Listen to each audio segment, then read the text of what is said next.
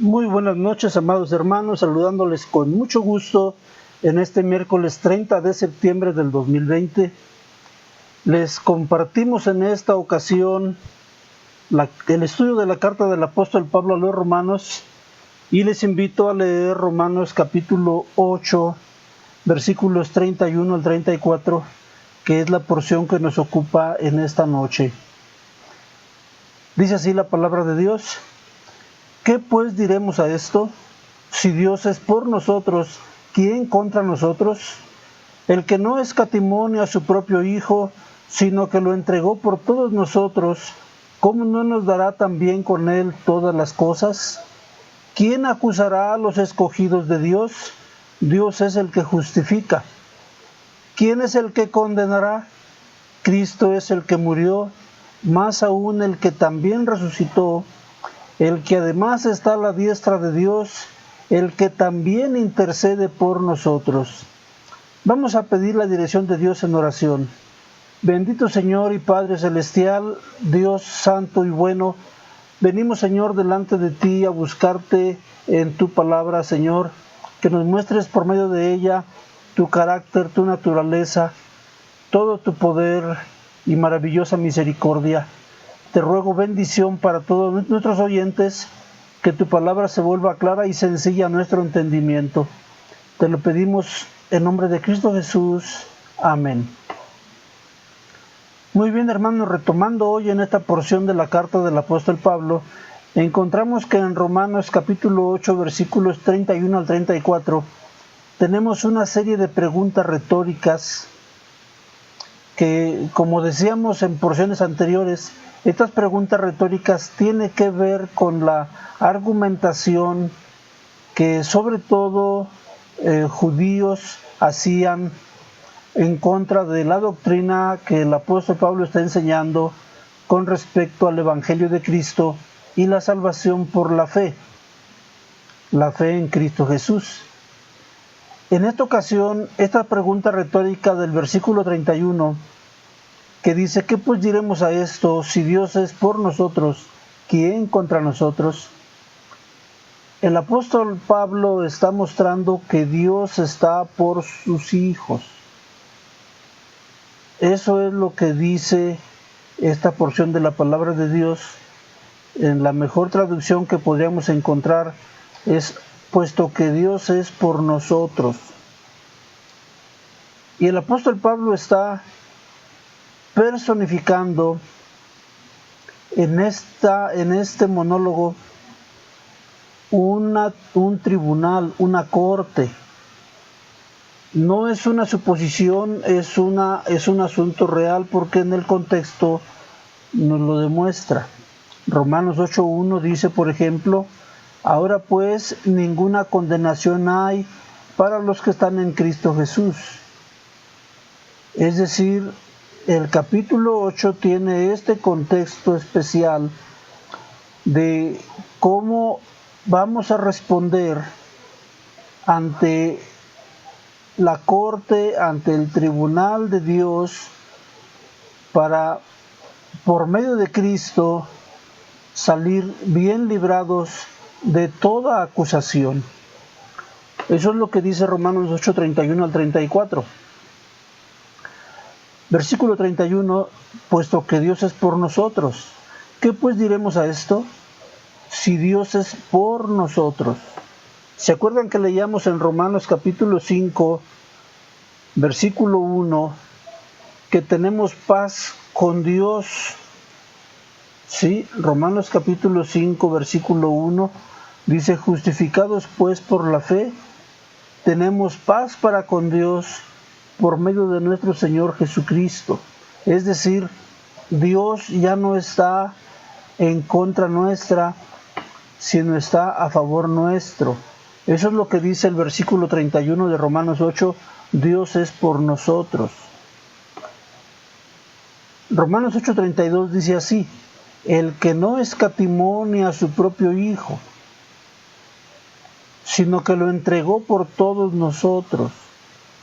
Es decir, de tal manera amó Dios al mundo que dio a su Hijo unigénito. Es decir, de este tamaño es la misericordia de Dios. Dios mostró su misericordia para nosotros de la forma más grande y excelsa que se podía haber demostrado. Un padre que entrega a su Hijo por los injustos. Eso es lo que veíamos en porciones pasadas de Romanos, que dice el apóstol Pablo: apenas alguien se atrevería a morir por el justo. Pero Dios muestra su amor para con nosotros en que, siendo aún pecadores, Cristo murió por nosotros. Eso dice Romanos 5:7. Ciertamente apenas morirá alguno por un justo. Con todo pudiera ser que alguno osara morir por el bueno. Mas Dios muestra su amor para con nosotros en que, siendo aún pecadores, Cristo muere por nosotros. Entonces, Romanos 8:32 puntualiza esta verdad. El que no escatimó a su propio Hijo, sino que lo entregó por todos nosotros, ¿cómo no nos dará también con Él todas las cosas? Dios nos justifica, versículo 33. ¿Quién acusará a los escogidos de Dios si Dios es el que justifica? Tenemos un acusador que está en contra nuestra, que tiene seguramente todos los documentos legales que demuestran la culpabilidad del hombre. Pero Cristo clavó en la cruz todo el acta de decretos que estaba puesta en contra de nosotros. La clavó en la cruz. Versículo 33.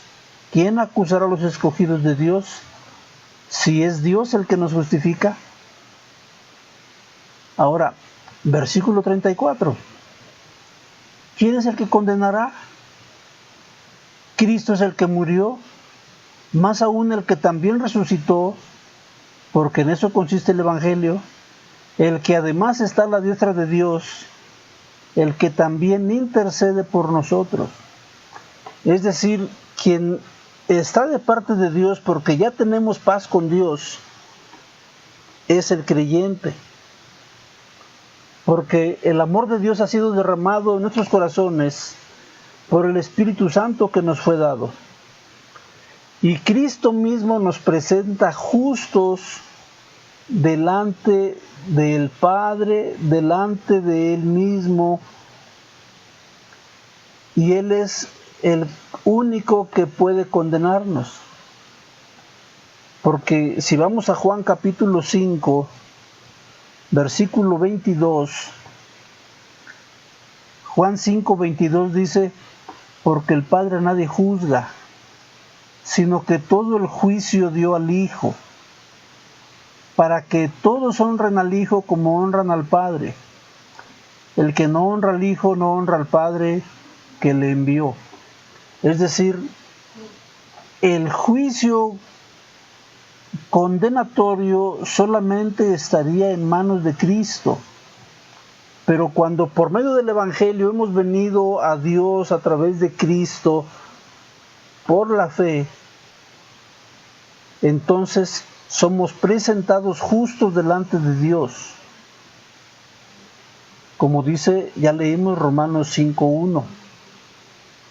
Justificados pues por la fe, tenemos paz para con Dios por medio de nuestro Señor Jesucristo. ¿Quién es el que condenará? Romanos 8:34. Cristo es el que murió, más aún el que también resucitó, el que además está a la diestra de Dios, el que también intercede por nosotros. Hermanos, compartamos este mensaje. Las personas necesitan oír estas verdades de la palabra de Dios. Necesitamos compartir con la gente que puede recibir la palabra de Dios en medio de su necesidad y su condición. Yo les invito a que, aprendiendo estos principios que son verdades espirituales del Evangelio, los compartamos con otros. Les invito, hermanos, que estemos pendientes para la transmisión de mañana que estaremos haciendo con la ayuda de Dios, y esperamos contar con toda nuestra hermosa audiencia. Dios les bendiga mucho, amados hermanos.